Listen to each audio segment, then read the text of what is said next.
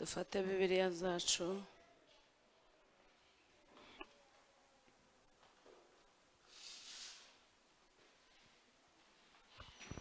dusome mu gitabo cya Yesaya ibice ni 39.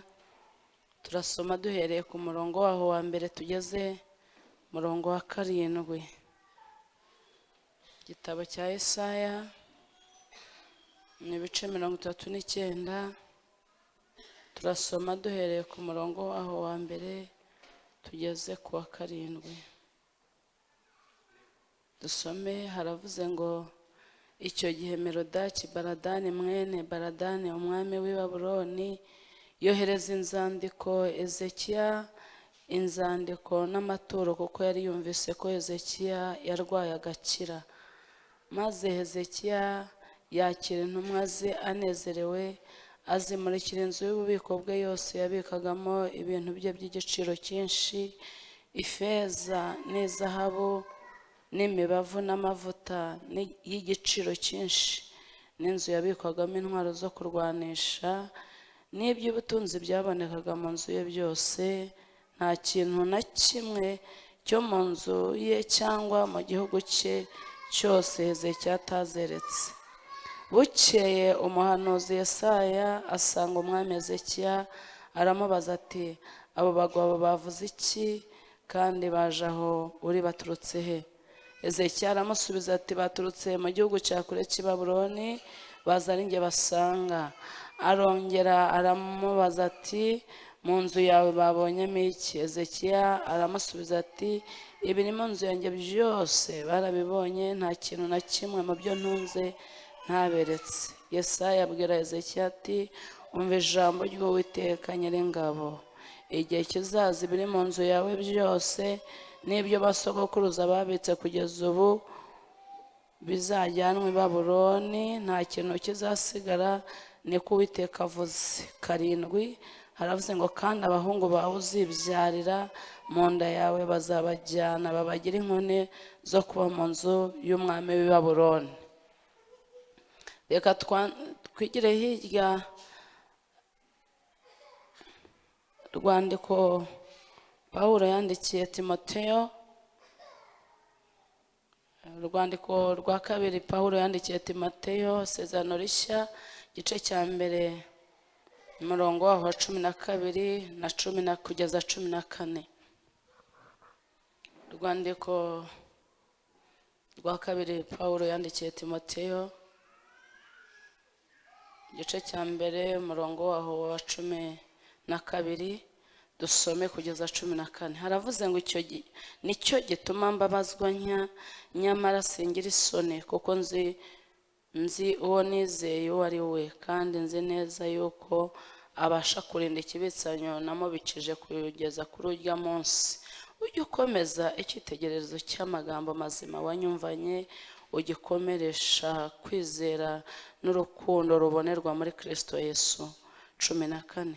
Ikibitsanyo cyiza wabikijwe ukirindisha umwuka wera utuba.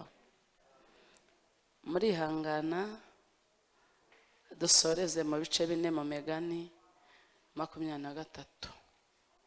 N'ubundi Bibiliya yanditsemo ngo ab'iki gihe bakeneye ijambo ry'Imana. Ibice 4 umurongo wa 23.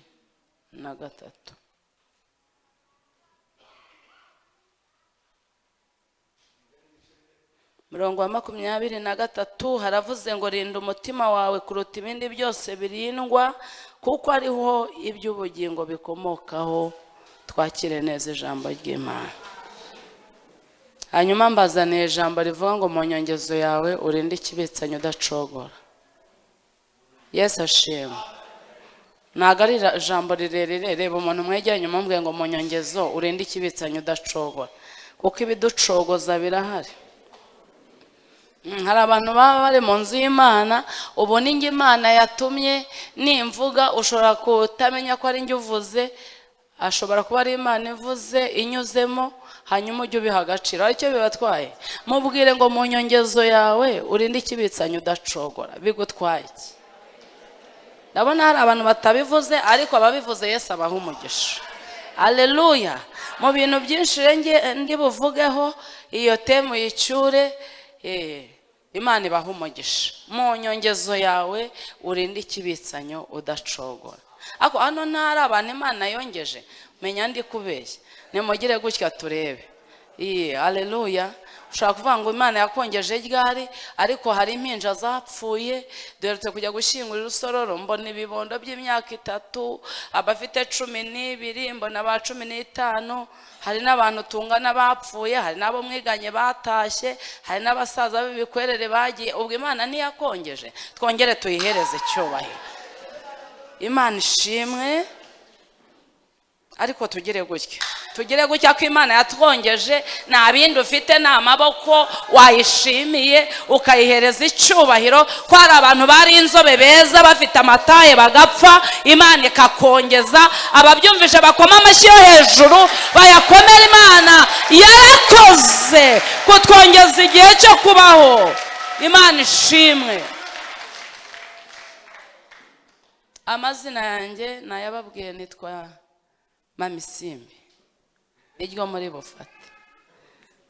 Naje notse ku Muhima paruwasi yanjye ni Muhima Mukove. Samwe ndanaririmba ndirimba muri korali abatoranijwe imwe ririmba imbaraga z'amasengesho. Ndaje nago ndirimba cyane ariko hambere hari umuntu wahimbye ndirimbira nezeza aravuga ngo niba mwijuru tuzaririmba baze ntagabizi ngo niba tuzaririmba ruto ntagabizi nushaka kuburirimba nk'igikona ati icyo nzi nuko tuzaririmba mwijuru.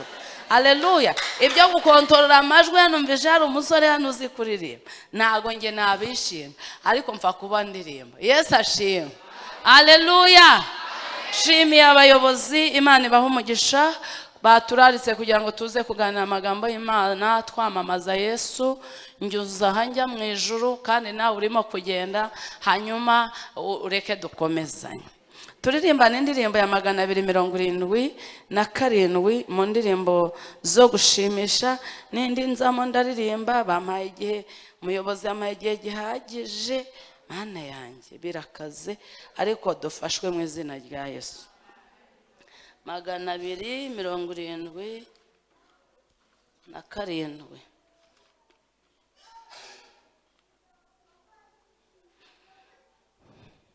nka mu bugingo bwacu ni nk'umunsi nibuke rwose niburama cyane kandi ibyishimo byabwo birashira mudahinduka tugumane gumana nanjye kuko umunsi ukuze dore burije mwami ndagushaka nimbura abandi bose bo kumfasha tugumane mwami tugumane gumana nanjye kuko umunsi ukuze dore burije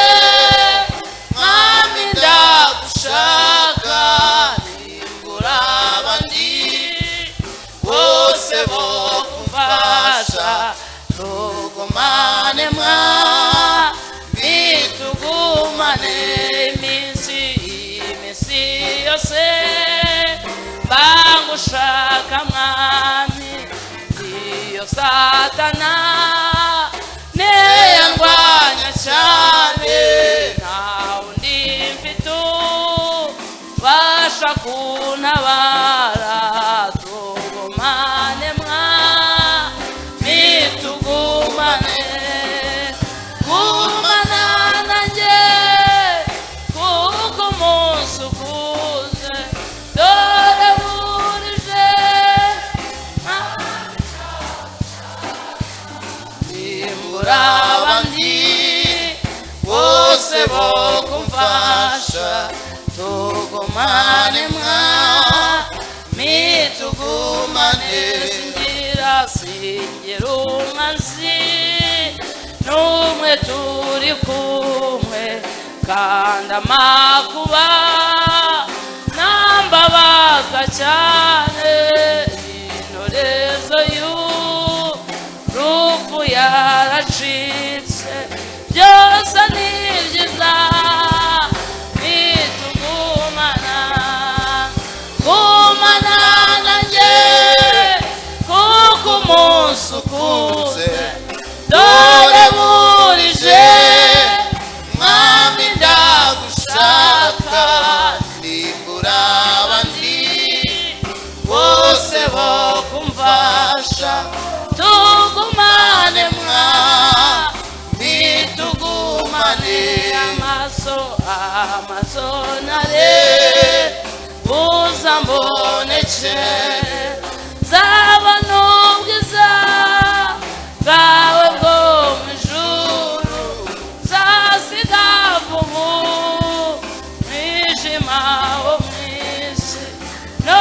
mu ipfa ryanjye tuzagumana gumana nanjye kuko umunsi ukuze gumana n'ababyeyi Imana muri iri teraniro ndagushaka nimbura abandi bose bo kumfasha tugumane mwami tugumane.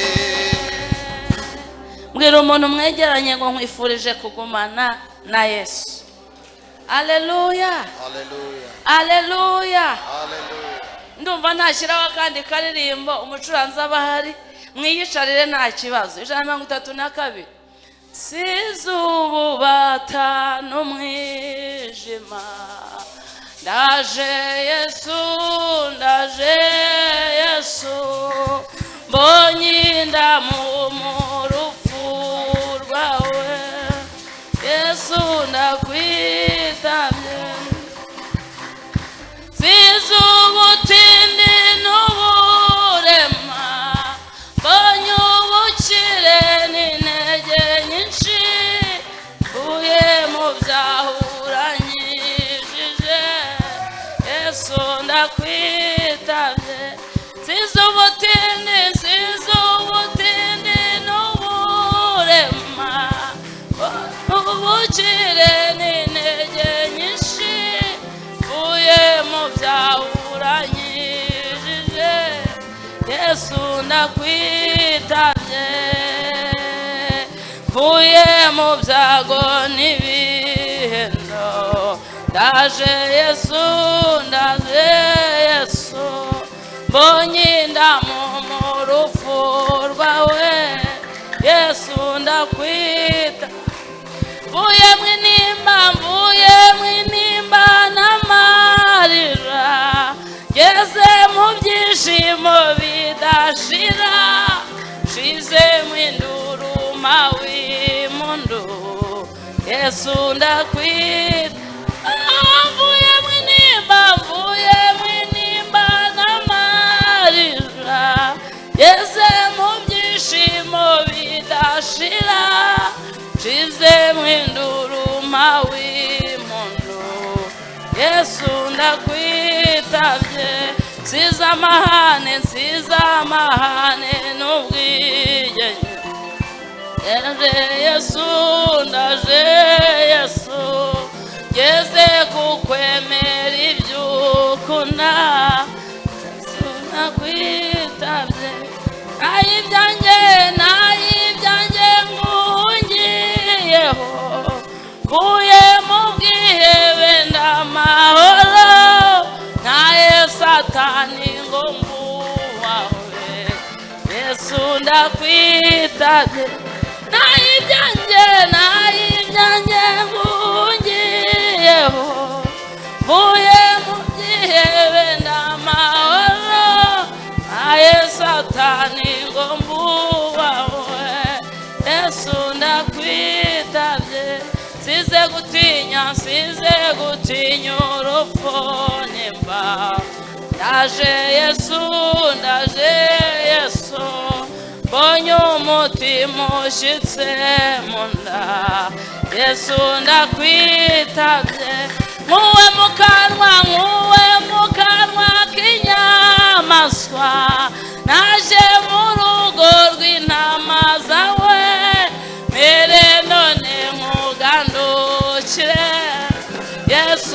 ndakwita nkuwe mu kanwa k'inyamaswa yeze mu rugo rw'intama zawe nore nkugandukire Yesu ndakwitabye.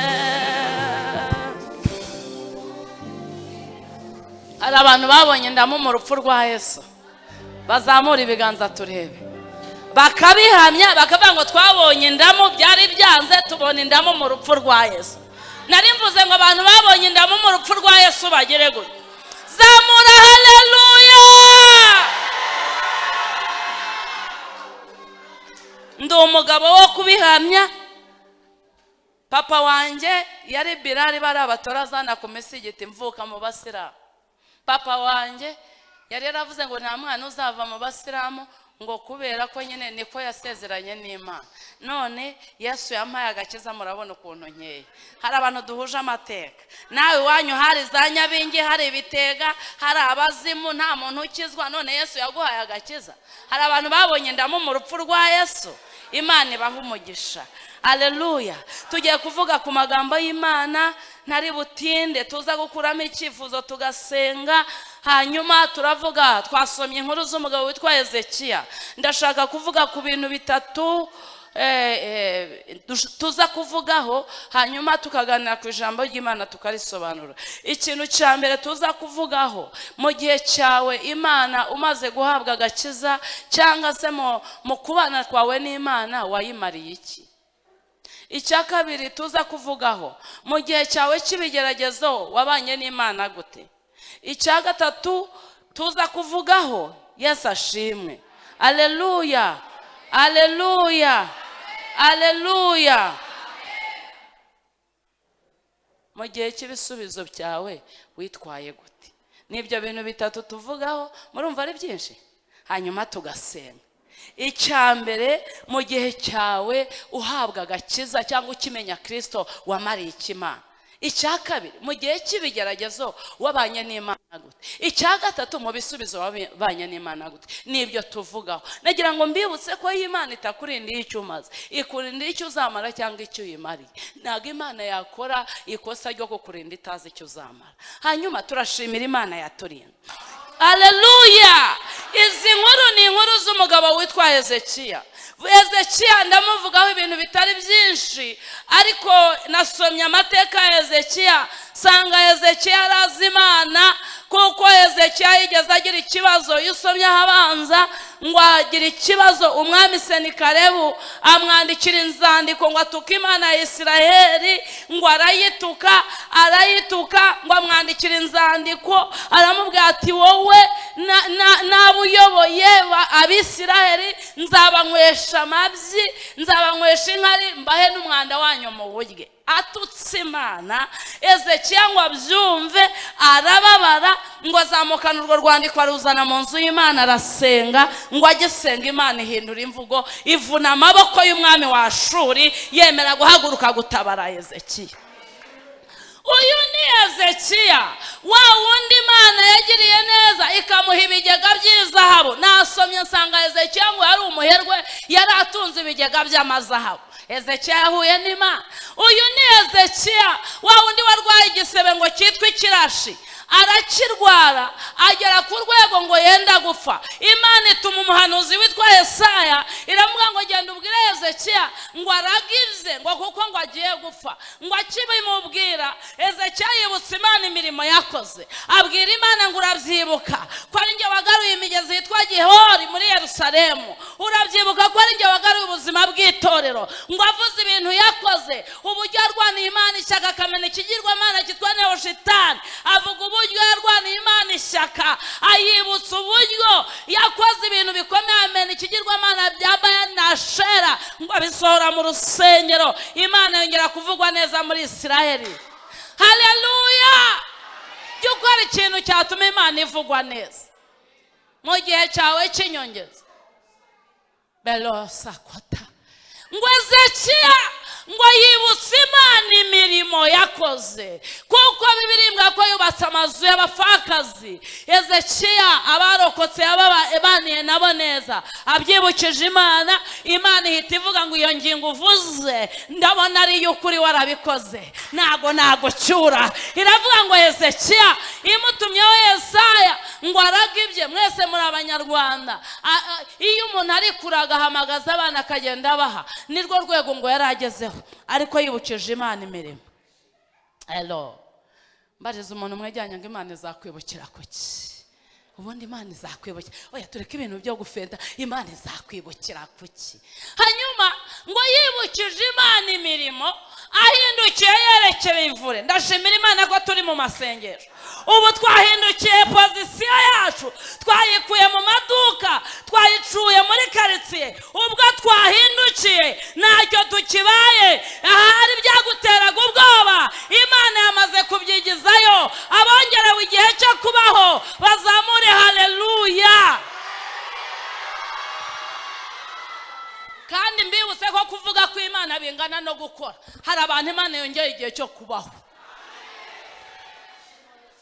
Ubundi ibi bintu bya siyanse z'umwuka bimenywa n'abanyamwuka. Iyo bikubisemo imibare bivamo. Ngo yerekeye ivura, Imana ihita yigarura, ibwira Yesaya ngo Yesaya subirayo ugende ubwire Hezekiya ko kubaho kwe mwongereho imyaka 15. Urabyibutse? Hari abantu Imana yagiye yongeza, ariko nagira ngo mbabwire ngo inyongezo ya Hezekiya yabaye mbi. Nimuzatume Imana yicuza. Ntuzatume Imana yicuza icyatumye gusigaza. Ntuzatume Imana yicuza icyatumye ikurinda. Ubu Imana yifashe ku matama ku bantu Imana yongereye igihe cyo kubaho bakayihombera. Igihe cye cyanyuma cyabaye igihe kibi, kuko Hezekiya Bibiliya yatubwiye nihute ngo Hezekiya yagize ikibazo gikomeye, ngo abe inshuti n'umwami w'i Babuloni. Ibaze nawe, wa wundi wamugiriraga nabi ngo amenye ko yarwaye agakira, amwandikira inzandiko. Aravuga ngo Hezekiya atuma abagaragu be mumushyira amaturo, mumushyirize inzandiko, mumubwiye ko nkeneye ubushuti nawe. Nagira ngo ubwo ikintu kizakwica ne solayideko ni cya kindi wihanye kera. Ariko mbabazi, ubu Hezekiya arakwiye kuba inshuti n'umwami w'i Babuloni n'ibintu yadukore, n'ibintu yari yarabakoreye, ariko ngo arabyibagirwa mu gihe cye cy'ibisubizo. Ubu dufite abantu bibagiwe. Nagira ngo mbibutse ko utazi yuva utamenye yujya. Uko tumeze ni Kristo mu gihe yakongeje. Umuririmbyi aravuze ngo tunganira Imana ubudasiba, ngo jye uhora uyisenga kandi uyumvire. Wari abantu bavuga ngo twebwe ngo turi Abanyakigali ngo turasobanutse, rasivodrai, ariko kera nuko wari umeze. Hari umuririmbyi uherutse kuririmba ngo nibutse iminsi ya kera, muramburira amaboko, ndebye imirimo yawe, mbura icyo mvuga, ndatangara ndumirwa, mfata umwanzuro wo kutazakureka. Ingoma yawe niyogere n'iy'abana b'abantu. Shingiye ku byo nabonye, ndi umugabo wo guhamya ko nta kure cyane habaho Imana itakura umuntu. Shingiye ku byo nabonye, ndi umugabo wo guhamya ko nta kure cyane habaho Imana itageza umuntu. Komera Yesu amashyi. Dawidi avuze ijambo rikomeye, aravuze ngo nibitse iminsi yanjye ya kera, ngo nkuramburira amaboko, ndebye imirimo yawe. Ibyo ukora ni buto, ibuka ibyo Imana yakoze. Kuburambura amaboko ni bitoya, gira ikintu ukorera Imana nikureba inezerwa.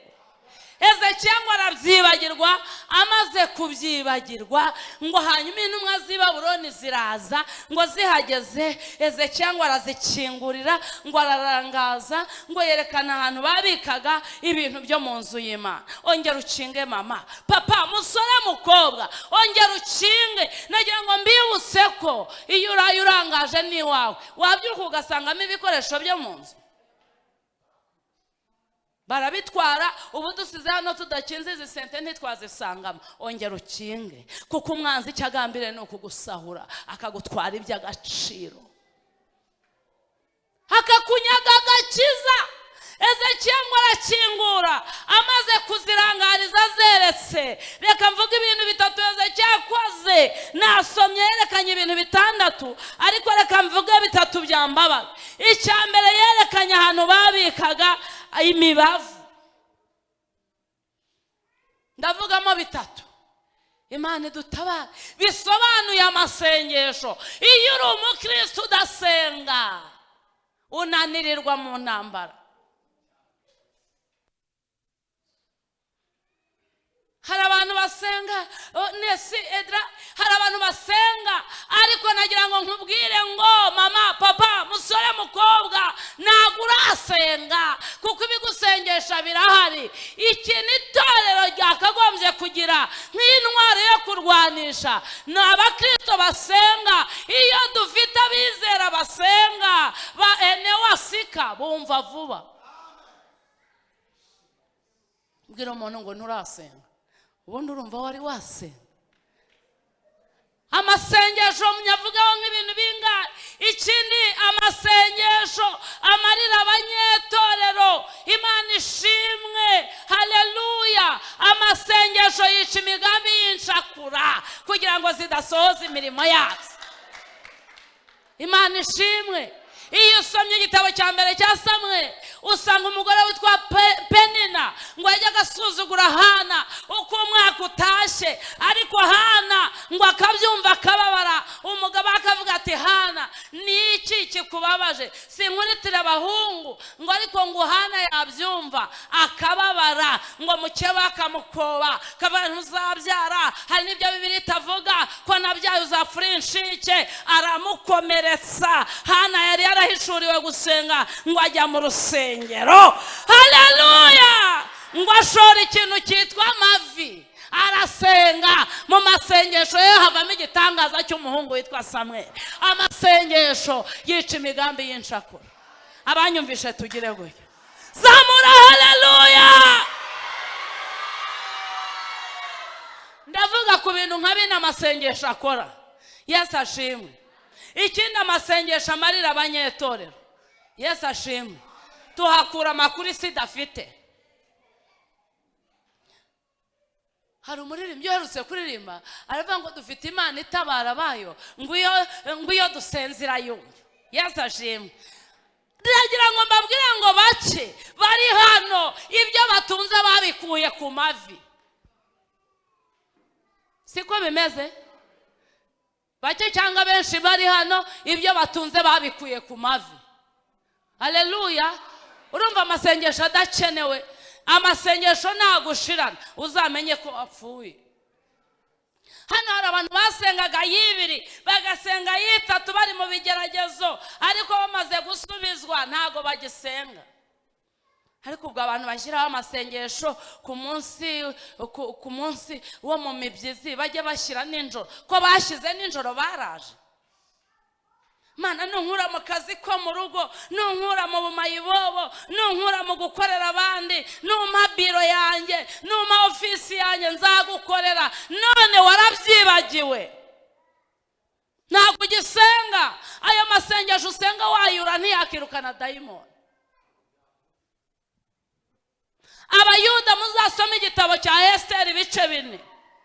Iyo usomye usanga ngo uburyo bamaze kumva amakuru iby'imbere simbivuga, ariko ngo Moridekayi yatumye kuri Esiteri aramubwira ati wowe genda utuvuganire ku mwami. Ngo Esiteri aramubwira ati genda ubwire abayuda bari Shushani bafata igihe cyo gusenga bansabire mpite nambara imbaraga n'amavuta byo kugera ku mwami. Mu yandi magambo, amasengesho atwinjiza mu butabazi sitaduha, akadukura muri systeme yaho dukomoka akatwinjiza muri systeme y'ubutabazi. Komera Imana amashyi.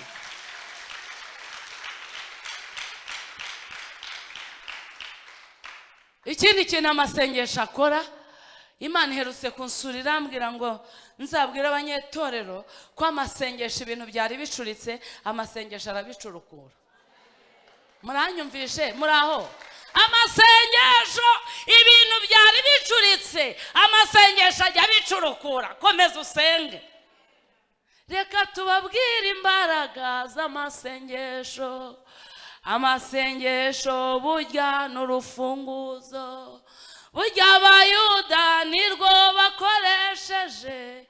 Umunsi wa mbere abayuda barakomanga, umunsi wa kabiri abayuda barakingurirwa, umunsi wa gatatu abayuda baratabarwa. Gusenga gusenga gusenga, amasengesho ni bombi ikomeye. Nta muntu wasenze upfa nk'imbwa, ubwoba nibushire. Nta muntu wasenze upfa nk'imbwa. Amasengesho agira umumaro ku muntu w'inyuma agahindura n'uw'imbere. Amasengesho afite ubushobozi bwo guhindura umuntu w'inyuma akahindura n'uw'imbere, umuntu akaba umukristo mwiza. Amasengesho afite imbaraga. Ikindi kintu Imana iherutse kumbwira, arambwira ngo amasengesho atuma tubona ubutabazi vuba. Yesu ashimwe.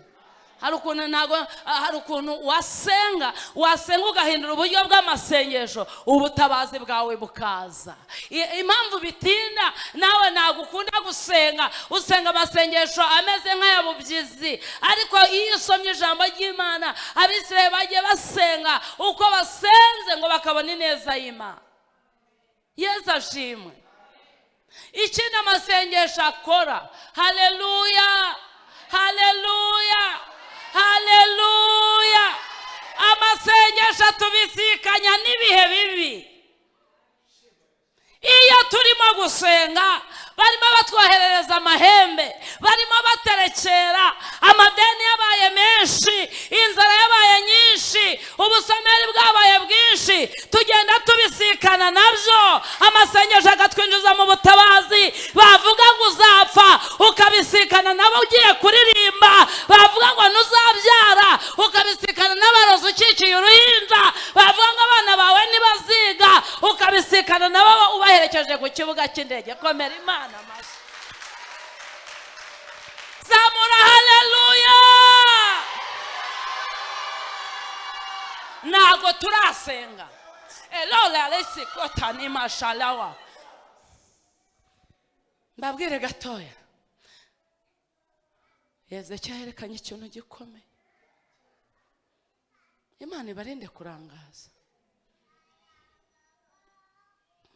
Amasengesho aturinda gucogorera mu ntambara.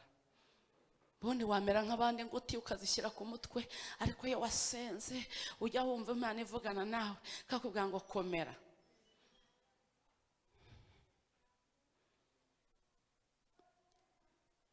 Mfite umwana w'umuhungu wa kabiri, reka mvugeho gatoya.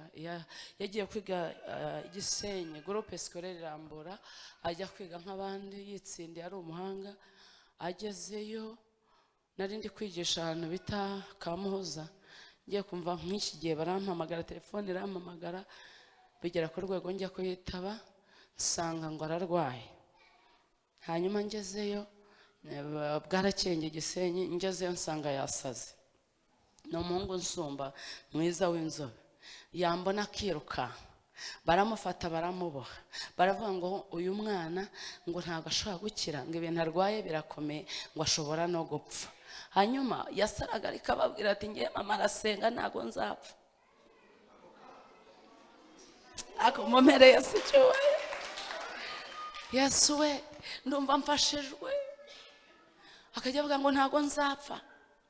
Ngezeyo kumufata birananira, ngezeyo ndamusengera ahita agwa muri koma. Aguye muri koma ndasenga guhera saa 4 z'amanywa ngera saa 9. Abamasera bakazana amashapure, bakazana amazi ngo y'umugisha, bamukubitaho imizi mikavuga ati ibyo bintu mwavomye mu kigega nta kintu byadutwara. Akongera agasinzira. Ngeje saa 9 numva imbaraga zirarangiye. Abantu bakaza baba mama bari mu ibyo bitaro, waje tukakujyana mu busesamana ko hari umuvuzi. Ndavuga ati nibakinge icyumba yararyamyemo. Hanyuma niyungura ubwenge bwo kujya kubwira prefe. Ndamubwira ati prefe wampereje matora na valise y'umwana, hanyuma nkamujyana iwacu Kigali ko hano mbona bitazakunda. Ngize amahirwe arambwira ati ndabiguha ariko ntunsigire ikintu na kimwe kuko azapfa. Sohoka mu kigo cyarimo abana 1,100. Ndasenyuka, abamama barahita babyo. Ibaze kohereza umwana ku ishuri, ugasohoka uri umukozi w'Imana wikoreye varisi, abana bakuvuga ngo pole mama prince niko yitwa. Ndasohoka, nta muntu nari mpazi muri birabyaro, nta hantu habi cyane. Yari yaratsinze, yandikisha kwiga, aravuga ngo reka ndashaka kuziga ahantu hakomeye, ngo icyo kigo araperereza ngo kirimo ahantu hezemo abantu bakomeye, ngo nawe arashaka kuzakomera. Ndavuga aha hantu yahaje gute ko yari afite ubushobozi bwo kwiga i Kigali. Hanyuma ngeze handi mu bitaro aho yararwariye, nsanga yakangutse aricaye. Bari bambwiye ngo ndamujyana i Gisenyi, ngo kandi ambulance ije kumufata. Ndavuga ndakodesha imodoka muzana i Kigali. Banshaka 150 kuko yari nk'umurambo atari kujya muri bisi. Hanyuma mbonye akangutse dutega kwa Steri tuzi Kigali. Tugeze i Kigali araremba, arushaho kuremba. Hari umunsi najyaga kumuvuza Indera, bamutera imiti yamushiramo, akarwana, agakubita abana, agakubita abaturanyi, agakubita karitsiye yose. Nagira ngo mbibutse ko abantu barangaje ibintu bikomeye. Hanyuma turasenga, umwaka urashira. Umwaka ushize, umwaka wenda gushira, turimo tuvuye Indera, yarari kuri robine, yari imbere mu gipangu. Hanyuma ajya kuri robine n'abandi bana. Ahageze umwe aramubwira ngo disi ngo uyu muhungu ukuntu ari mwiza, ngo ariko akabatiga, ariko uyu ubwenge bwagarukaga yamenyaga ko abandi bari kwiga. Hanyuma ibyo bikomere yari afite biramubabaza, bituma akubita umugore wari ufite inda ivamo. Imaze kuvamo bahita bazana, hari umupolisi kazi wari uzanye umwana we ngo musengere. Hanyuma ahita tumeza pandagari badushyiramo, badushyira mu gipandagari kimwe cy'inyuma badukingiranamo. Mbwira umuntu mwajyanyaga Imana ijya ibyemera.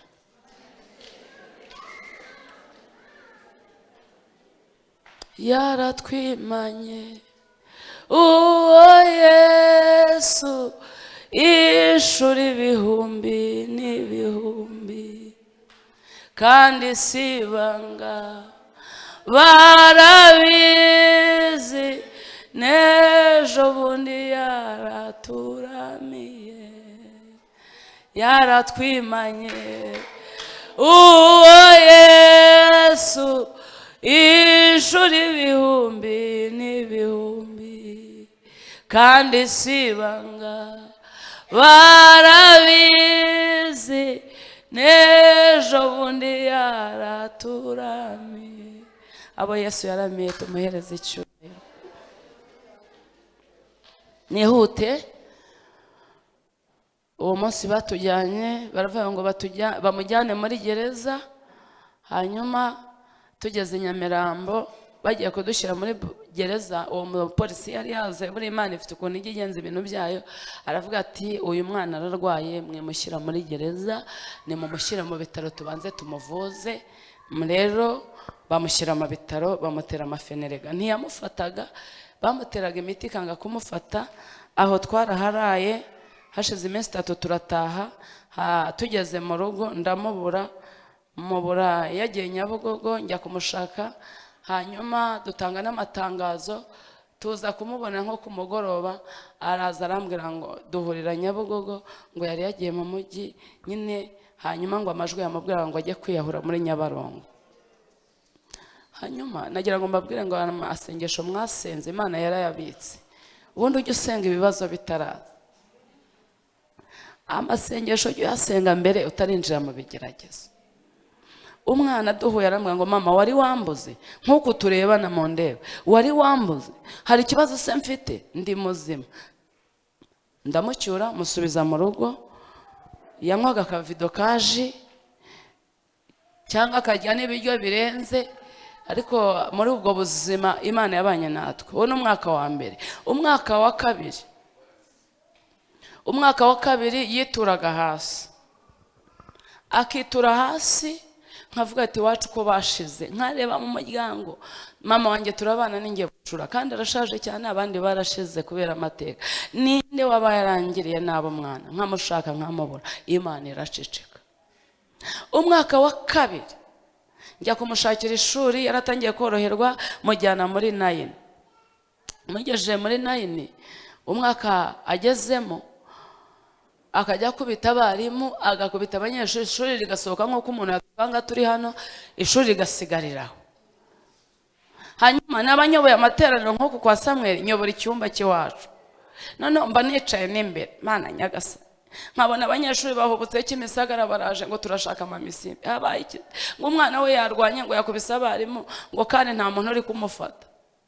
Ngo nkafata Bibiliya, nkasohoka nasenyutse, nkinjira mu kigo cya Kimisagara, ngo dore wa mama pastor, ngo bwaje. Ariko ibi ati ibintu byananiye abanyamasengesho bandi bikananira nyina, ubu nindo zabishobora. Namugeraho agahita banoromari, akamwe ati tutahe, nkamujyana ku rusengero, ntibasti bawicaye mu materaniro, nidusoza turataha, tugataha tuvugana, hanyuma yagera mu rugo ejo agasubira ku ishuri. Ibyo bintu nabyo biba mwaka wose. Humura mama, Imana izagutabara. Mfite ubuhamya bwinshi, ubwo uko navuye mu basilamu, mfite ubuhamya bw'uko narwaje umugabo kanseri, ariko nasenze Imana irambwira ngo mbabwire ubu ngubu. Mfite ubuhamya bw'uko nahombye ibipangu 5 bikagenda n'imodoka, ariko Imana yambwiye ngo mbabwire ubu ngubu. Umwaka wa kabiri urashira, Directeur yemeza ko umwana bagomba kumwirukana mu kigo kuko ateza akavuye n'akajagari. Hanyuma nkamujyana kwa muganga Indera cyangwa nkamujyana i Masaka. Nuko Directeur amaze kubimbwira, mpita mbwira abashuti banjye, barambwira ati intambara uhuye nayo ntago yoroshye, tujye Cyangugu gusenga. Tugera ahantu bita Inzega, byari bikemewe, dufata imodoka saa 9 z'ijoro, tugeze Inzega turasenga. Imana irambwira ngo umwana azakora ikizame kandi aziga. Hanyuma muri uwo mugoroba hakorwa inama y'ikigo, baravuga ati rero uyu mwana abarimu bati nge sinamusoroviya, ibaze mu kizame uburyo yarangaza abandi bana, ntago twabyemera. Havamo umwarimu w'umurokore musho, koma Imana ifite abantu. Aravuga ati nge ndabyitangiye, nta kimeze mu yankoraho, ngewe ndamukoresha mumushyire muri lokali ye, hanyuma akora ikizami. Ako kantu Directeur ahita nawe yandika ku rubuga, aravuga ati ariko Prince mumushyiremo, ntacyo turebe umunsi umwe n'ibyanga azahita ataha burundu. Nari nababaye, nari narize, nari napfuye. Kandi natwe hari abantu bashize hano muri aya materaniro, ariko nje kubabwira ko Yesu atabara. Bwarakeye bumaze gucya, Imana yari yavuganye nanjye ko aziga. Hanyuma ngo ku rubuga rw'ikigo, prefete ni mushiti wanjye twamenyaniye aho, ahita ambwira ati bamukoresheje ikizami wenyine, bamushyira mu ishuri rya wenyine, none ngo yakikoze iminota 20. Bihita bica ku rubuga rw'ikigo. Imana ifite akantu yakoreraho ikagutabara. None bavuze ngo ni umuhanga, ntago akwiye kuva mu kigo, mumureka akore. Ako mwakomeye Imana.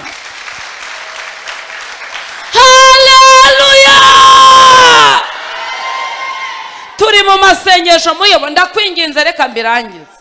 nanjye ndayobora ndanigisha amateraniro yo ku cyumweru ariko ndumva umwuka amata kubibabwira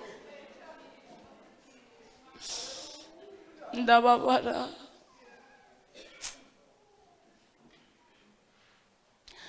Umwaka awurangiza ari uwa kabiri. Ako twakomeye Imana amashyi.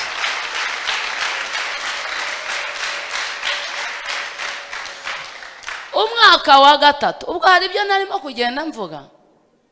Umwaka wa gatatu barambwira ati rero rwose turakwinginze nawe urabona ko ntako tutageze kandi koko ntako batageze, noneho mujyane mu kindi kigo turaguha transferi umujyana ahandi. Mujyana ku mushumba ufite ikigo hari cya adepr aho bita GS Rango i Bugesera. Mugejejeyo yamazeyo icyumweru kimwe natanze ibintu byose muzi nk'ababyeyi. Mugejejeyo akajya ahuma gusoma bikamunanira, hanyuma ataba yahumye akabikirage. Umwana w'umurokrase baravuga ati ntago byakunda musubirane. Ndaza ndamufata mugarura mu rugo, mfata imodoka ndagenda ndamucyura mugarura mu rugo. Mugejeje mu rugo ndavuga reka njye guhendenda wa mudireteri numve ko yamfasha, basi ndamubwira ko yorohewe kandi ni mwiza kubi. Hanyuma mugejeje ku ishuri tukigera kuri gate atangira kuruka.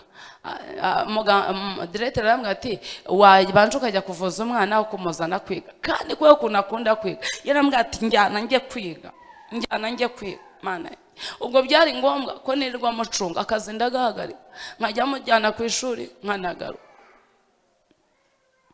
Hariho umunsi nirirwaga mu kigo bakangabura ibyo kurya by'abarimu.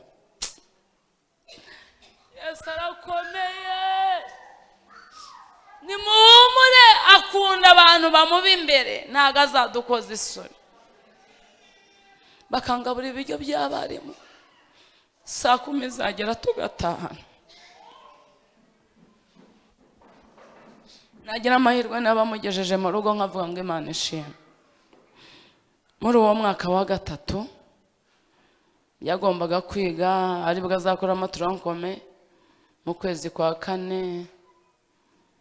kwezi kwa kane yafataga n'imiti birumvikana. Mujye mujya kwa muganga munasenge. Umwaka wendaga kurangira mu kwezi kwa kane nari nagiye mu kazi, ngiye kumva numva ngo barampamagaye ngo bamucyuye ngo yagagaye. Hanyuma bamucyuye yagagaye ahita bapararize kino gice cyo hasi. Nabarambiye igice cyo hasi cyabaye pararize. Kibaye pararize ibintu byose byo umuntu akora by'ubwiherero birahagarara. Rero umunsi wa mbere barampamagaye barambwira ngo yarwaye. Ndavuga ntago nshaka kongera kubona uburwayi bwe, ndumva buri kumbabaza cyane kandi nkasengera abandi bagakira. Hari umwana bazanye mu majyepfo amugaye rwose aragenda, nkasengera abantu bigakunda. Muzaze munsure ku itorero birakunda, nkabona Imana ibishyizemo. Imana ijye ibyemera. Umunsi wa mbere natashye bwije mvuye mu kazi sinamureba. Umunsi wa kabiri nzinduka mfite ibintu byinshi, ngenda mu gitondo kare nka saa 10 nabwo yirwa aryamye sinamureba. Abana bakamwe atararwaye ariko numva aravuze, ngira ngo ni ibintu byo kwirwa ni wenda biraza koroha. Umunsi wa gatatu nari nicaye ndi gutegura ijambo ry'Imana ngiye kwigisha mu Gatenga. Hanyuma icyumba cyabo kirahagana hirya ariko harimo korodoro. Ngiye kubona mbona agenda nk'inzoka adahena amavi akambakamba. Ndasenyuka numva ubuzima noneho burarangiye. Se warwaye ryari? Ngo nubwo utabyitagaho ngo ndababara ngo meze nabi. Ese kino gicuri kumva? Arambwira ati ntago numva. Bita ntekereza ukuntu nyine ngomba kujya kwa muganga. Murabyumva namwe, nahise nshaka imbago ndanazibura, ntinda kuhita nzibona birumvikana. Hanyuma ku wundi munsi nk'uwa gatanu imbago nibwo nazibonye. Atangira kugendera mu mbago, amafoto yenda yafite ndayereka abayobozi kugira ngo. Hanyuma atangira kugendera mu mbago. bwari ubuzima bukomeye kuko hejuru y'amwa ngo arababara, hanyuma najya kwa muganga bakavuga ngo iyi myanda izamuca mu kanwa kubera ko ntago biri gusohoka. Byansabaga amafaranga menshi cyane, ndihuta. Twagiye kwa muganga Kacyiru, tugeze Kacyiru batwohereza Faisal. Ubwo nibwo twatangiye urugendo rukomeye kuko namutwaraga mu kagare gusunika umwana w'umusore, byari bigoye. Hari igihe twageze kwa muganga, hanyuma nsanga yabwiye murumuna we ngo amuhishiremo amakayi, ngo hanyuma ngo azajya ajya yiga ari kwa muganga, nta muntu upfa mbere yo gupfa, ngo kandi ngo azi ko aziga. Noneho nareba ukuntu afite amakayi nkagira isoni, abamama bakarira, abaganga bakababara, bakavuga ati se ko ubundi abantu barwara pararize kereka abasaza cyangwa abantu bageze mu zabukuru, ubu uyu mwana yabaye iki? Birabacanga. Bamunyuza muri MRI bagasanga ni normal, bamunyuza muri sikaneri bati ni muzima, kandi ubwo nishyuraga 100%. Ibintu bya mituweli byaratindaga, nkabona ntibizakunda. Hanyuma nshaka amafaranga menshi, nuko biranga. Baravuga ati rero ngo jya mu bitaro CHK. Mba mu bitaro marayo ukwezi murwaje. Hanyuma muri uko kwezi namurwajemo, ndashimira Imana ko nabonyemo igitangaza gikomeye. Nabonyemo igitangaza kimeze gute? Buriya ubu twicaye hamwe mubona abantu bavuga ngo Imana ntiyakoze, iba yakoze. Amagare buriya kwa muganga yarabuze, ibitanda byarabuze kugira ngo uzabone igitanda. Ariko muri urwo rugendo hari umunsi namuvuje ku mavuriro 4, banyohereza Mediri, banyohereza Faisal, banyohereza na CHK, nari navuye na Kibagabaga. Hose aho nyuze abaganga bakambwira ngo komera mama, uyu mwana ibye ntago byoroshye, cyakoze bishobora kuvurwa n'abantu bo hanze. Bamukubitaga inyundo buri gitondo ngo barebe ko amaguru yakora, bumve ko yababara, akavuga ati ntago mbabara. Umunsi wa nyuma nihute, twari turi mu bitaro CHK, twicaye basenze iwacu nk'uko muri gusenga, ngiye kumva numva nka 9:40 abantu batugemuriye. Urumva nabwe murumva ubuzima twari turimo bwari ubuzima bukakaye, bwari ubuzima bugoye. Kurwaza umuntu mukuru, hejuru aravuga hasi nta kigenda, mbese byari ibintu bikomeye. Abantu benshi baramubonaga bagahita bagira ikibazo. 9:40 iwacu mu Kove bari gusenga, hanyuma baravuga ati mama Isimbi ahantu yicaraga, Imana iyi ntebe yicaragamo hari umurimo yahakoraga, natwe tugiye kubohoza, yongera agaruke muri uyu mwanya. Mu bigeragezo ntago wapfa gusenga ngo bishobore, cyakoze usenga makeya yo kuvuga ngo Mwami Yesu ndinde, ariko ntago wapfa gusenga. Hanyuma ngiye kumva umumama yarangemura, arambwira ati reka mumbyutse. Turamubyutsa, mufataha n'uwo mama mufata hano. Ubwo n'umwaka wa 3 mufashe kuko andusha n'ibiro, aravuga ati munjyane hanze, ndumva umubiri uri kumbabaza cyane. Akagongera, abantu benshi bagahurura. Noneho muri uko bahuruye, kumba Imana irashaka gukora igitangaza. Akajya ataka, abaganga baza gutera inshinge, ibyo bakora biranga. Hanyuma ati nimunjyane hanze, umurwayi nyine yagutegeka, burya abarwayi bariyenza, ukora ibyo agusabye. Tumujyana hanze, tumugejeje hanze, n'abagabo bateruye, tumugejeje hanze ati munjyane ku bwiherero. Ese Mana, ukumbuye ku bwiherero kandi udasanzwe ujyayo, ko hari icyo wakoresha? Ati oya munjyane. Turamujyana, tumugejejeyo. Hanyuma ngira isoni zo kumureba kuko ni umusore. Hanyuma nsa n'umubwira ati fata ku bikuta gutya, ni tuwarete nziza, noneho wihagarike niba wumva ubishaka kuko nurabeshya. Noneho ahita mpamagara ati mugaruke mu ntware, ati ndumva bikunze. Haleluya, haleluya. Bari bavuze icyo gihe, nsubiye inyuma gato ngo baramwambika sonde kuko nta kundi kuntu biri bugende. Inda yari yatangiye kubyimba. Hanyuma tugarutse kumufata, arambwira ngo nimunyicaze. Turamufata, tumwicaza ahantu. Tumaze kuhamwicaza, arangije aragomeza aragongera, abantu baraza, abanyururu baraza, abaganga baraza, bati turakora iki? Hanyuma agiye kumva arambwira ati mpagurutsa gato, ndamuhagurutsa, mbona afashe ku gikuta, mbona atangiye gutera intambwe, atangira gutengurwa, ngiye kubona mbona arahagurutsa arirukanka. Haleluya! Ngiye kubona mbona aragenze, abantu bose n'abaganga n'abantu bari mu bitaro bahita bavuga ati tubonye Imana y'abarokore. Mwanerera haleluya! Narindi kukubwira ngo wirangaza mu nyongeza, Imana izagutaba. Izo saa 9 mpita mpamagara abayobozi banjye, nizi ko ati twe turi kwakira abashyitsi ni mu masengesho, atuzi ko forever arahagurutse, atarahagurutse turabeshya. Batsa amamodoka, abantu baraza, tubwiriza abantu nka 50, mbona abantu baza n'amasenu mati ni mudusengere, Yesu aracyakora ibitangaza, aracyahagurutsa abarwayi. Ariko naracyabahagurutsa. Hanyuma ubera ukuntu yari yararambiwe mu bitaro mushu, nawe wenda ufite abasore, yahise atoroka acika ibitaro ati mama bamusigarane. Ngewe ntago naguma mu bitaro, ndatashye ngiye kureba iwacu. Ahita yitahira, ndamushaka ndamubura, kumbe Imana yakoze igitangaza, ajya kubyerekana no muri quartier. Mumere Imana icyubahiro. None ubu ngubu yakoze ikizami, ejo bundi cya kizami bakoze yageze 90, ubu yakoze tronkome, yakoze yijyana nigarura. Ndashimirira Imana yumva gusenga. Gusenga nibwo buzima, gusenga ni imibereho.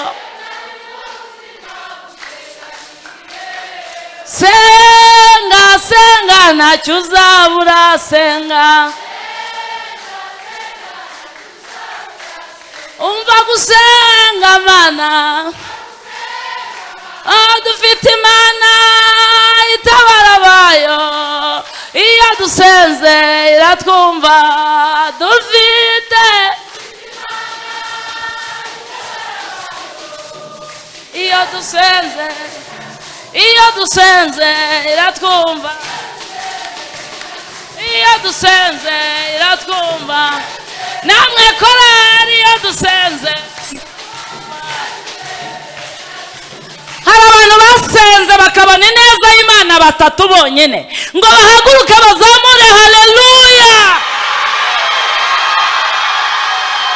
Imana ishimwe ko igifite abantu bayivuga neza, ko basenze bakabona ubutabazi. Ndafashijwe. Elasa kotanema devo edra. Ongera ibihe byo gusenga, wirangaza, amasengesho ntahomba. Icyakabiri Hezekiya yerekanye ahantu babikaga amavuta. Ko Hezekiya yakoze ibintu bibi. Turi ku ijambo rivuga ngo mu nyongezo yawe ikibitsanyo kirinde udacogora. Yerekana ahantu babikaga amavuta, bisobanuye umwuka wera. Iyo uri umukristo udafite umwuka wera urananirana. Muri korari impamvu mubona abantu babananiye nta mwuka wera bafite. Kuko iyo umuntu afite umwuka wera, haleluya, Bibiliya yarambwiye ngo uwo naza azatsinda abisi, abemeza iby'ibyaha byabo, haleluya. Kandi ngo nitumuhabwa tuzaba duhawe imbaraga. Nta muntu wakubwiye ngo wandike muri korari, waranditse gusuraza, ariko uza kuruhanya kubera ko nta mwuka wera ufite. Abandi birirwa bavuga ngo urumva ngo ntago tujya gusenga, ngo nta bihe byiza bihari kuko byagushizemo. Ntukavuge ngo hano hajya ne samuduha ngo nta bihe bihari, ni wowe udafite ibihe. The Lord isakota ngo urumva ngo semwe ngo nta bihe ngo bihari. Guteze Imana uburi mu kazi irimo irakora imirimo n'ibitangaza. Yesu ashimwe. Icyo umwuka wera Mariya abanyetorero aduha imbaraga zinesha ibyo abandi bananiwe. Haleluya. Abandi basambana mwuka wera akakubwira ati no, ntukavuge nabi, atwigisha kuvuga neza. haleluya, haleluya. Yesu yarebye nta kindi kintu yasigira itorero, arisigira umwuka wera. Yabonye adusigiye amazu yaduhitana, adusigiye amamodoka. Nabonye aho ejo bundi umuntu w'umushuti wanjye yagonze papa we amucukugura. Yesu yabonye nta kindi kintu yasigira itorero, aravuga ngo reka mbasigire umwuka wera. Haleluya. Uwo nguwo naza azabashoboza mu kuri kose. Umwuka wera akora imirimo ikomeye, ni wo wemeza tugira ubwoba cyane iyo tutakimwumva, twibaza icyo twakora dushaka uwo mwuka wera. Ni Yesu wamutugeneye, dushaka uwo mwuka. Ni Yesu wamutugeneye.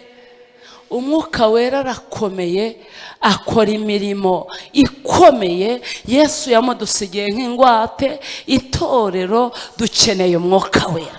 Ndebera umuntu mwegeranye umubwira ngo ukeneye umwuka we. Haleluya. Mbibutse ko hadakenewe umuntu ufite lisanse na doctora, kuko nabyo ni byiza, ntago mbyanze, ariko hakenewe umuntu uri mu mwuka w'Imana, umufite, umutunze. Mubyibuke Paulo ari amagambo mbo twize ari amagambo. Paulo dukeneye umwuka wera. Ari amagambo twize ya mu gitabo cy'itangiro ya Yosefu. Mwibuke ko Farawo inama zimaze gukorwa, abanyabwenge n'abahanga byanze, yaravuze ngo hakenewe umuntu uri mu mwuka w'Imana. Ntago hakenewe umugore wambaye superi, ntago hakenewe umuntu utuye muri etaje, hakenewe umuntu uri mu mwuka w'Imana. Kuko umwuka w'Imana alosi aratudivo enesola idekor, adukoresha ibyo abandi bananiwe. Bandi batukana, wowe ukabaho mu buzima, bakesikoroka ukabaho mu buzima. Nagira ngo mbibutse ko abantu birirwa bavuga ngo abantu baraguye, ngo ntabarokore bakibaho, barahari. Kuko Bibiliya yamwe ngo urufatiro rw'Imana ruracyahagaze, ngo rwanditsweho ngo Uwiteka azabe. Nusambana ntukagira ngo abarokore bose ni abasambanyi. Nurara muri rogi ntukagira ngo abantu bose barara muri rogi. No. Yesu ashimwe. Haleluya. Ngo Hezekiya yerekana ahantu babikaga amavuta. Buriya ntiwaherekanye? Urarurota inzoka, urarurira mu marimbi, urumva nta bintu warangaje, hanyuma umwanzi akabigusahura. The Lord sani wa deko yerekana ahantu babikaga amavuta. Reka mvuga ibintu bibiri wenda byonyine umwuka wera mari itorero. Yesu ashimwe. Haleluya. Umwuka wera ni maneko. Yesu ashimwe. Hari igihe umwuka wera tunekera amakuru isi itaduha. Umwuka wera yigeze anekera Abisirayeli ngo igihe bari bafite ikibazo, umugabo witwa Elisa w'umuhanuzi ngo newasiko ngo umwami w'Abasiriya mu gitabo cy'abantu ngo iyo bakoraga inama byonyine ngo bazikora, ngo Elisa yicariye iwe akamenya ibyakorewe mu murere, ngo umwami akabaza ngo bavuga ngo bazaca ibunaka, hanyuma Elisa agahita abimenya akabwira umwami wa Isirayeli ati ntimuzaca ibunaka kuko umwami w'Isirayeli niho azaca atazabatikiza. Umwuka wera ikintu amarira itorero, abanyetorero atunekera amakuru isi itaduha. Mumere Yesu icyubahiro. Yadusigiye ikintu gikomeye. Haleluya. Haleluya. Icya kabiri umwuka wera tumarira, aradukingiriza. Ibyari kugusebya byari bihari, ariko umwuka wera niwasekodra ndumva mfashijwe. Hano hicaye abantu bakuru gusiyizera. Yesu ashimwe. Ngwino sha, ngwino mfashe ivuga butumwa. Ngiye gusoza dusenge mwirambiro. Allo deko. Imana hano iri mu kazi, wowe hagarara gutya. Nawe hagarara. uyu musore ntago memo ahangaha nta muntu ufite igitenge nkwanitse gira vuba nize we korera umugisha elosi de wasa fo edra Imana irimo kugenda izura imitima Imana ishimwe umwuka wari ikintu amarira abanyetorero nuko Imana intumye kubabwira we wikoraho ijambo ry'Imana muze gusoma Luka 3:5 fata ariko Yesu ashimwe Maria ikintu itore umwuka wera amarira abanyetorero aturinda gukorwa n'isoni kuko byagukoze isoni byari bihari aharageze zikomanga ubona bitambutsemo zirongera zirakomanga ku ideni ubona bisohotsemo Yesu ashimwe hanyuma marayika abwira Maria yamubwiye ikintu gikomeye aramubwira ngo uzasama inda Gabriel kandi uzabyara umwana w'umuhungu amubwira uko azaba ameze Maria ngo ubwoba buramufata nk'umuntu uri i Kigali reka tubivuge gutya arananirwa acika intege ngo marayika aramubwira ngo Maria we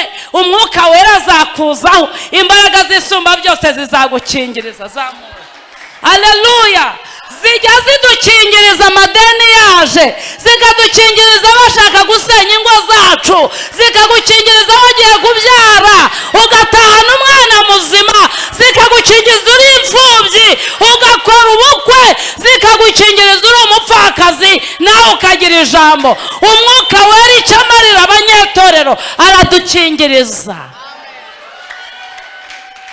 zamura haleluya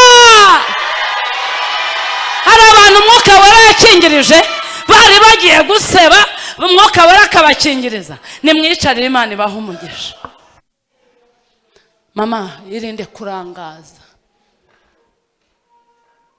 ngiye gusoza dusenge Imana ishimwe iturinde kurangaza lopesa deniwa umwanzi yadutwaye ikintu gikomeye aragitwara ariko nagira ngo mbabwire ngo akagakiza iki kibitsanyo akagakiza uyu mwuka wera afite akamaro nagira ngo mbabwire ngo ibyaha biraremera ariko agakiza karoroha umwuka wera afite umumaro haleluya Imana ishimwe rosaideva umwuka wera ni mwiza iyo tumufite ntago twifata nk'abandi nituvuga nk'abandi nitwambara nk'abandi nutujya mu by'abandi icya gatatu ngiye kuvuga mu kanya tugiye gusenga Yesu ashimwe yerekanye ahantu babikaga intwaro ntimubyibagirwe ngiye gusenga yerekana ahantu babikaga intwaro Pawulo yandikira Abefeso yarababwiye ngo bice 6:10 mutwara intwaro zose z'Imana kugira ngo mubashe kugira gute gukomera ku munsi mubi wase umunsi mubi murumva utarangeze mu myaka 3 ndashimira Imana ko nasohotsemo ntaraguje kandi sinari no kuzabikora kandi musaza wanjye twasigaranye mushu numwe yantumyeho ntigeze nampemba kuva jenoside yaba arangije arava ngo umva ngo uwo mwana wavutse mu muryango w'umuhungu wanze kuvuza ngo uri mu by'abarokore ariko izo mpuwe yarangiriye ko atigeze nansura kandi atuye i Kigali neza bwogoke ubu iyo twageze ibigerezo hari abantu bihuruza komera kugakiza ndashima Imana haleluya ariko reka mbabwire ibi bintu biraryoha mbwira ukuntu nakicara ku ruhimbi nararaguje mbwira ukuntu narwicaraho muzazi wacu ndwicaraho ku cyumweru ninjye uyobora amateraniro n'abandi Yesu ashimwe n'umugabo wanjye aririmba muri korali hagarara ku kintu Imana yaguhaye intwaro aravuga ngo Pawulo arabandikira arababwira ngo mutware intwaro zose z'Imana kugira mubashe gukomera ku munsi mubi umunsi mubi ujuza yerekana ahantu babikaga intwaro zira ntwaro reka mvugeho nke intwaro ya mbere ni ukuri ubu kubona umurokore uvugisha ukuri Mana yanjye zira telefone dufite ni satani ni dagoni uramuhamagara uri mu Busanza allo waramutse neza uri Samudo oya nihondi kandi uri Nyabugogo kabarokore mwabaye gute ni wasakota ukuri kwaratakaye ku kigero nta muntu wakuguriza amafaranga kuko yakuzi kubeshya ukuri kwaratakaye kugeza ubwo presidente cyangwa perezida ahamagara umuririmbyi kutaje kurepeta bagushyira imbere ngo urumva ngo abana banjye bari barwaye. Ubwo ubeshya ko bari barwaye bazarwara. Kubeshya abantu se n'Imana uzayibeshya. Reka mvuge iya kane. Yarababwiye ngo mutware kwizera. Iya mbere ni ukuri, iya kabiri ni ugukiranuka, iya gatatu mukwesa inkweto, iya kane ni ukwizera. Reka mvuge ku kwizera. Abantu batakaje kwizera ku kigero basenga amasengesho ameze nko kwiyahura. Ngo Imana ngo igihe yavugiye, ariko yisomye mu gitabo cy'Abaheburayo 11:13 haravuze ngo abo bose bagiye bakizera batarahabwa ibyasezeranijwe, ngo ariko babiroraga biri kure, ngo bikabatera ibyiringiro byo kumva ko ari abashyitsi n'abimukira inaha. Kwizera Kristo, kwizera Kristo niko kudushoboza kunesha iby'isi, unesha ibyaha zambikwa umwambaro wera. Yesaza avuga izina rye ku mana mu ijoro. Kwizera Kristo, kwizera Kristo niko kudushoboza kunesha. Abantu batakaje kwizera ku kigero bibagiwe iby'Imana yakoze.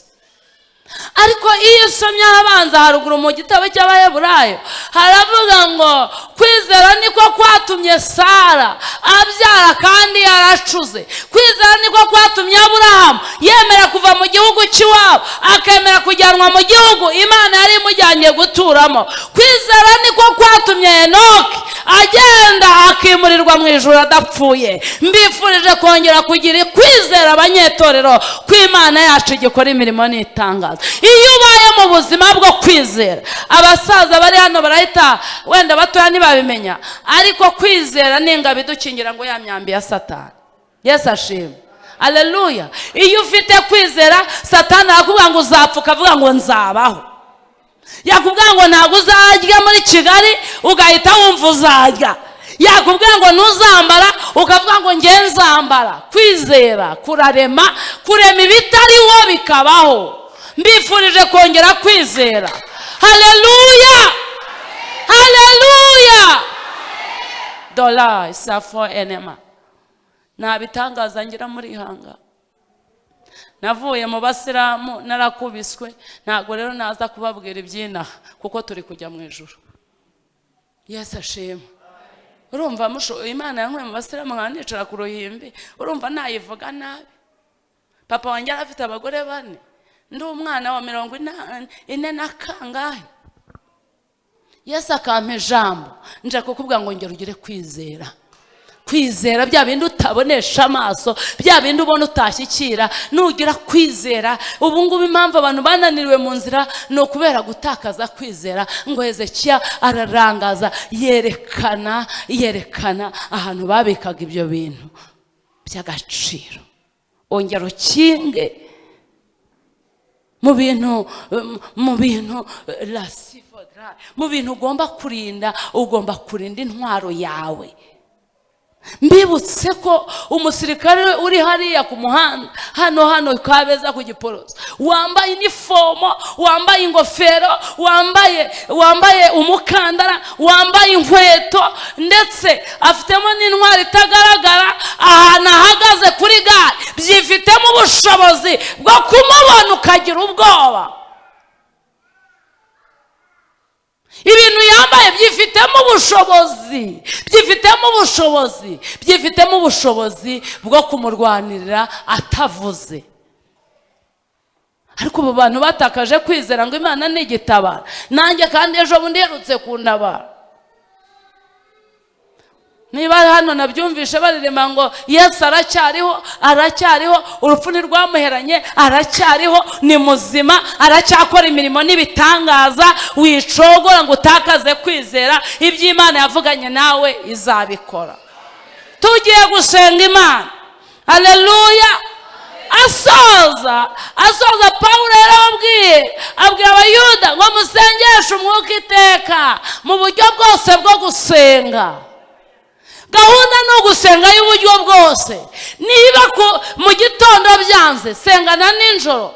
Ubutayu bwarahagaze ariko wajya no muri jaride ugasenga, wajya n'imbere y'igitanda ugasenga. Ntabwo ari ukureka gusenga. Na Yesu yigeze abibwira abigishwa be, aravuga ngo nimusenge mutajya mu mahashya. Ni ugusenga kugeza igihe Yesu azazira. Ni ugusenga y'uburyo bwose. Umudamu umwe w'inshuti yanjye arambwira ati Misi urahombye, imiliyoni nyinshi ziragiye, ibipangu biragiye n'imodoka, ati tugiye gusenga amasengesho y'irenga yobora. Ahita ambwira ati tujya ahantu nkwerera. Ahita mfata arambwira ati turi abagore ariko dushingiye ko turi abagore kandi Imana itabarira mu masengesho, reka twirwaneho dukora amasengesho y'irenga yobora. Duhita twurira igiti, tugeze hejuru, kugira ngo amen, tugeze hejuru Imana ihita ivuga ngo kubera ko mukoze amasengesho y'irenga yobora, mise mukubita inzu mu mujyi wa Kigali. Ndashimira Imana ko nakodesha. Zamura haleluya. Mba naratagangaye we, nanahombye miliyoni 18, ibipangu 5, imodoka, sigarana 100,000 njya gukodesha. None ndatuye. Ukwiye gusenga amasengesho y'irenga yobora y'uburyo bwose. Ibyo kwisengesha wayura wiyoroshe kuvurare ngo Mwami Yesu ndinde, ngo abakozi b'Imana bazagusengera. Ndagukomeje. Tugiye gusenga. Haleluya. Twasomye amagambo y'Imana Pawulo yandikira Timoteyo. Aravuga ngo Timoteyo we, ikibitsanyo waha ukirindisha umwuka wera utubamo. Ongera urinde agakiza. Haleluya. Agakiza kararyoha. Ongera ukarinde ibi bintu abantu bari gutakaza. Wibitakaza muri sauna, wibitakaza mu nyanya, wibitakaza mu iduka, muri biro. Wigatakaza. Aka gakiza hari icyo katumariye. Haramwa ngo Timoteyo we, jya uba icyitegererezo cyiza cy'amagambo wamvanye. Pawulo aramubwira ubuhamya by'urugendo yagendanye n'Imana, ariko amubwira ko Imana itigeze imukoza isoni. Mwana wanjye Timoteyo ndashaje, nabonye Imana itakoze isoni. Jya uba icyitegererezo cy'amagambo meza wanyumva. Kubona umurokore uvuga neza Samweli muri iki gihe mushumba biragoye. Ni ibigambo, nta muntu wakuruhukiraho. Ariko Pawulo yandikira Filimoni, yamubwiye 1:20, aramubwira ngo nkubonemo umumaro, unduhura umutima muri Kristo Yesu. Nagira ngo nkubwire ngo ugomba kuba umunyamumaro mu gihe Imana yagusigaje. Ntago abantu bose bazirukana amahembe mu bantu samwe. Ntago abantu bose bashinzwe kwirukana nyabingi mu bantu. Uzarenda unapfa ntazo wirukanye, ariko watanga icya 10 n'amaturo, itora ry'Imana abakozi b'Imana bakabona umugisha. Haleluya. Bigakorera Imana. Wakambika abakene, wafasha, ukirukanaho umuntu w'umutindi dayimoni. Uhembwa 800,000, winjiza miliyoni mu kwezi, utakubakira n'inzu umukene. Uzarenda utariruka. Buri muntu wese afite impano ye, ntago uzirukana abadayimoni, ariko nawe hari ikintu wakirukana muri uwo muntu mwegeranye. Robeside kora, wamuhahira agavuga k'umuceri, wamwambika, wakishyurira abana ishuri, ukamwirukanaho iyo dayimoni yamuzengereje. Ubu uzasenga nka mama Isimbi wirukanemo abana bazima, ntago byapfa gukura. Imana yaguha amafaranga ngo yakoreshe, yazana yakoresheje umurimo w'Imana. Aravuga ngo ikibitsanyo wahawe ukirindisha umwuka wera utubamo. Ongera urinde agakiza papa, musore, mukobwa, rinda agakiza, kuko hari abakarwaniye kandi baranesha usomye igitabo cy'abami usanga inkuru z'umugabo witwa Naboti ngo yari afite uruzabibu rwiza ngo ahaba araruririra aravuga ngo uruzabibu rwawe waruntiza ngo tukagurana. ubu abantu bafite baguranye agakiza, hari ibintu baguranye ngo waruma tukagurana nkaruguha cyangwa nkaguha ibiguzi. ariko ku murongo wa 3 jambo nakunze NSABI uriya mugabo yari afite yaraze agaciro ka gakondo aravuga ati ntago byakunda ko nguha gakondo y'abasogokuruza nakemera nkanapfa ariko ntago nayitanga, ntago nabikora gutanga gakondo. kuba abantu barajya Dubai we beskorotse, barajya Burayi beskorotse, muri Amerika najya ngo mbabwe ngo uyu mubiri uzabora, ubugingo nibwo buzabona Imana. abantu bafite ubuzima bwubakiye ku binyoma, ntiyahagarara hano ngo ashime Imana kuko akazi afite aragasambaniye. The Lord is for a dry esholawa for a dry. wihombera Imana yarakurihiye diploma ufite, urabizi ko nawe urabizi ko yakureze uri imfubyi, ongera urinde ikibitsanyo. nagira ngo mbabwe ngo akagakiza ni umutungo wimukanwa, wakurirana indege, wakabana mu kiyede, wakabana mu gifundi, wagakorana mu rugo akazi. Nesawa uyu ni umutungo wimukanwa, wigatakaza muri saro, wigatakaza.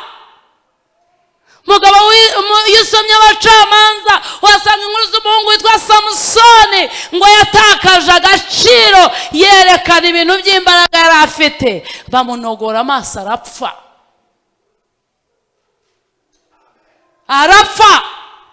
uziko ngo abafilisitiya babwiye Delila bakamuga ati wowe Samusoni turakwinginze, wowe gusa numwice, turashaka ko umuhendahenda ukamushukashuka ukamwiyegereza, wowe gusa umuducogoreze gusa, ibindi ntibikureba. ajya aba muri korari nta buzima buhinduka, ajya aba umukristo utagirira abandi umumaro, ajya abaho yizengurukaho ari mu buzima budahinduka.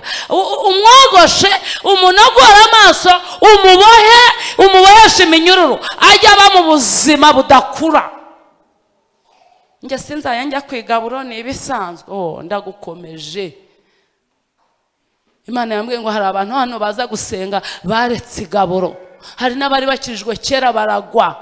nagira ngo mbabwire ngo laso edra nevosika, gusenga k'umunyabyaha ni ikizira mu maso y'Imana. twasomye ijambo rivuga ngo rinda umutima wawe kuruta ibindi byose birindwa, kuko ibi by'ubugingo ariho bikomoka.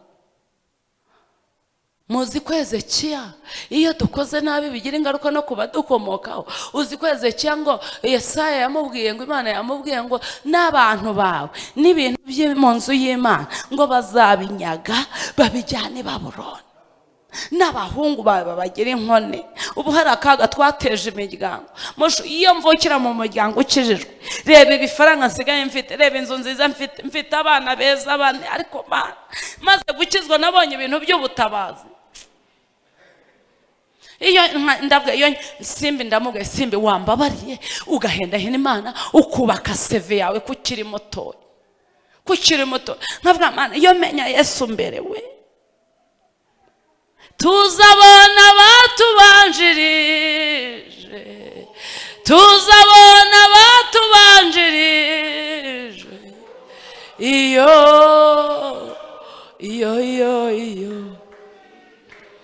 tuzabona batubanjirije, tuzabona batubanjirije, iyo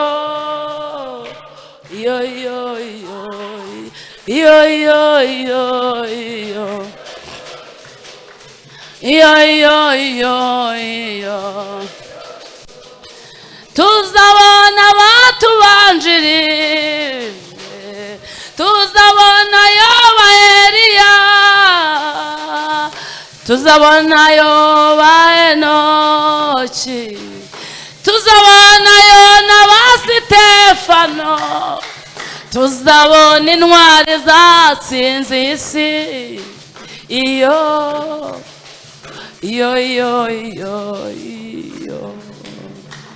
aka gakiza dukerensa.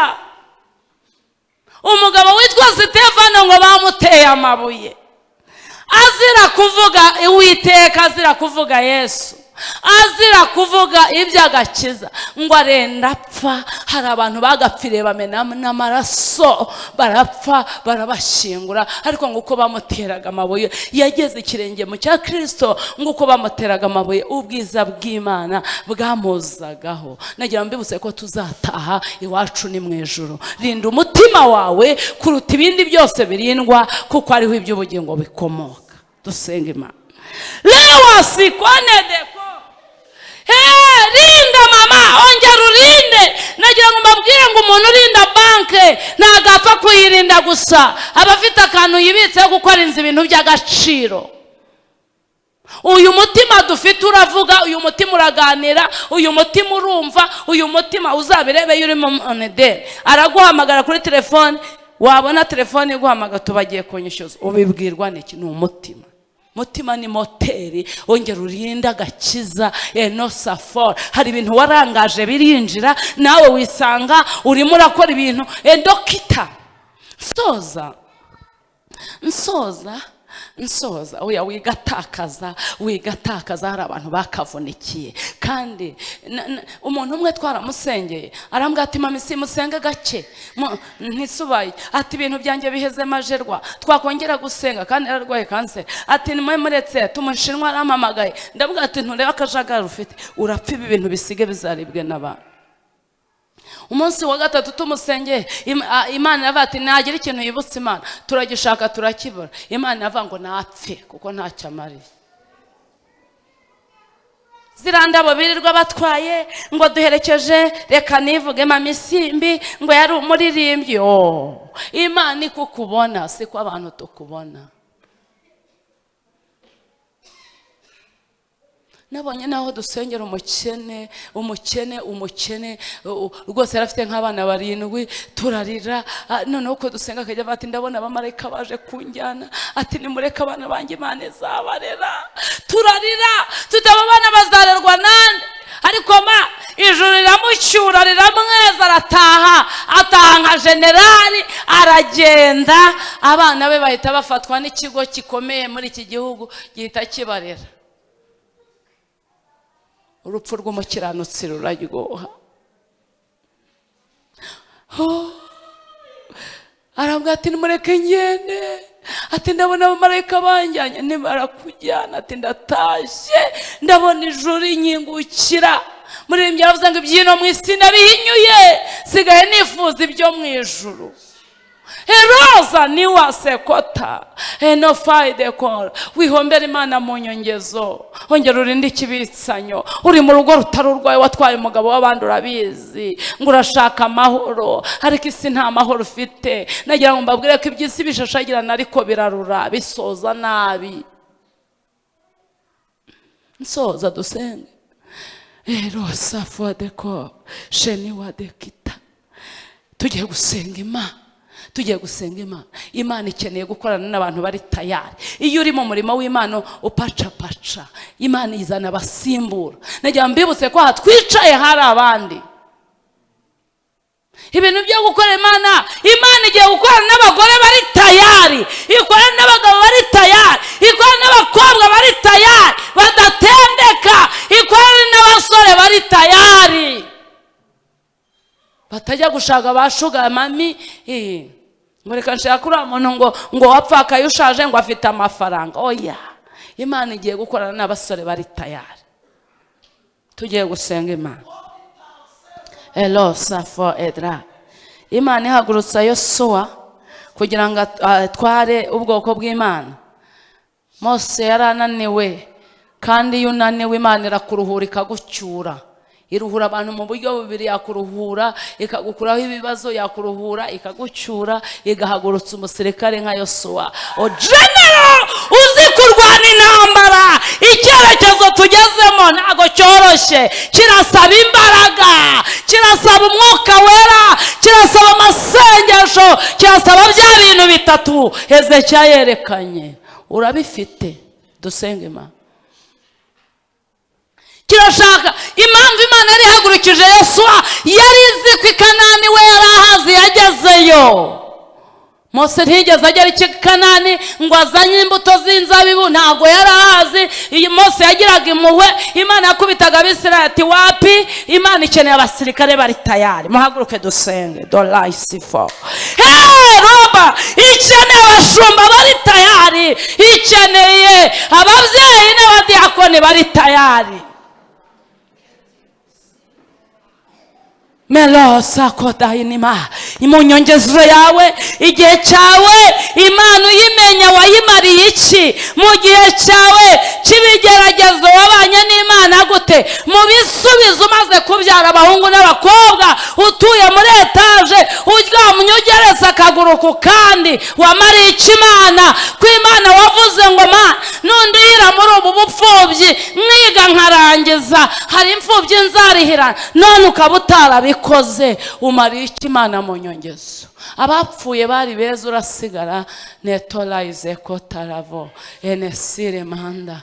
Imana yakongeje ngo ye kuyihombera. Enosai dekor ahuri hari abandi, Imana dekor ene foresi kodenima. Reka turirimbe gatoya hanyuma dusenga Imana. Ya soko nziza yozi vya nejejwe nuko nayinjiyemo, niyo Yesu oranyirisha, niyanyejesa Yesu umwami. Tekereza uburyo ubanye n'Imana muri iki gihe. Tekereza uburyo Imana yagiye kurinda mu mpanuka, yakurinze ugiye gupfa, ubona Imana ikongera igihe cyo kubaho. Nawe urabizi ko imodoka yari guciye ukuguru, nawe urabizi ko wagiye mu bitaro.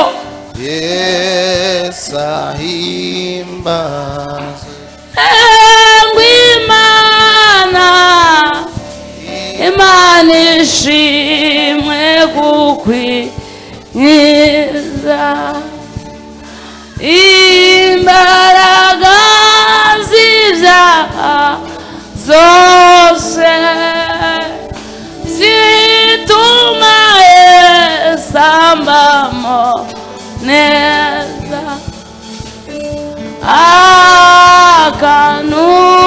akanunganya Yesu mwami. Yesu ndakumva mwami wanjye. Yesu ubugingo bw'uyu mubyeyi Imana, Yesu ubugingo bw'uyu mukobwa, Yesu ubugingo bw'uyu mupapa.